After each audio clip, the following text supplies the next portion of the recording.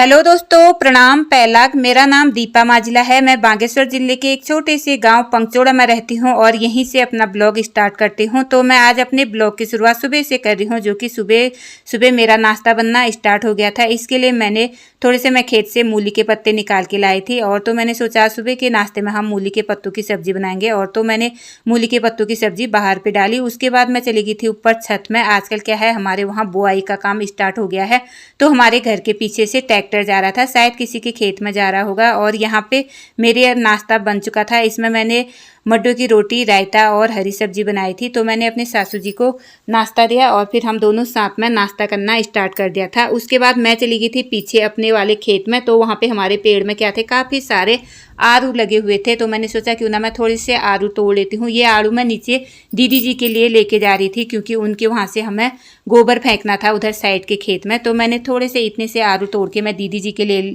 ले गई और फिर मैं और मेरी सासू जी चले गए थे दीदी जी के वहाँ। और दीदी जी क्या कर रही थी, गोबर से घर की पुताई कर रही थी। और उनके छत में इतने सारे अच्छे अच्छे फूल हो रहे थे ना, क्या ही बताएं। और दीदी कह रही थी ब्लॉग बना करके।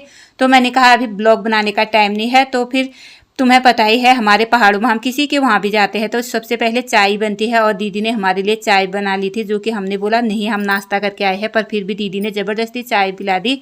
फिर मैं चली गई थी नीचे। यहाँ पे ये दीदी के क्या थे, एक भैंस और एक उनकी छोटी सी थोड़ी हो रही थी। और जो दीदी के वहाँ से गोबर फेंकना था, उन दीदी के 2 भैंस थे। तो इनका इतना सारा गोबर था ना, क्या ही बताऊँ, क्योंकि जितना भी फेंकोगे ना वो ख़त्म होने वाला नहीं था। सारा गोबर ही गोबर था यहाँ पे। तो फिर हम लोगों ने यहाँ से गोबर की खुदाई करनी शुरू कर दी थी। तो हमने ले जाना था इनके घर से उधर वाले खेत में ले जाना था। तो हम एक एक दो दो घात हम लोग लेके चले गए थे। फिर मैं और मेरी सासू जी फिर से आ गए थे उन्हीं के वहाँ पे गोबर ले जाने के लिए। फिर चर से मैंने डलिया और सासू जी के लिए बोरा भरा। फिर हम लोग चले गए थे लास्ट घात लेके खेत के लिए, क्योंकि दोपहर हो चुकी थी। सुबह मतलब दोपहर के करीब 11 साढ़े 11 हो चुके थे। फिर हमने सोचा इसी को फेंकते हैं। फिर उसके बाद चले गए थे हम लोग घर में। तो हमने इस वाले खेत में दोनों खेतों में डाल दिया था और अब मुझे सीधे घर के लिए जाना था। थोड़ा सा नीचे से दीदी ने बेथू तोड़ रखा था, तो मैं आज दोपहर के खाने में बेथू की सब्जी ही बनाऊंगी। और फिर मैं नीचे से क्या था, शिमला मिर्ची के पौधे लेके आई थी। तो मैंने सोचा तुरंत मैं इनको भी लगा लेती हूँ। घर में आने के बाद इतने सारा काम हो जाता है ना, क्या ही बताएं। और फिर मैं थोड़ा सा 2-4 दाने आरू के तोड़ के लाई। फिर हमने सोचा क्यों ना हम आरू भी खा लें।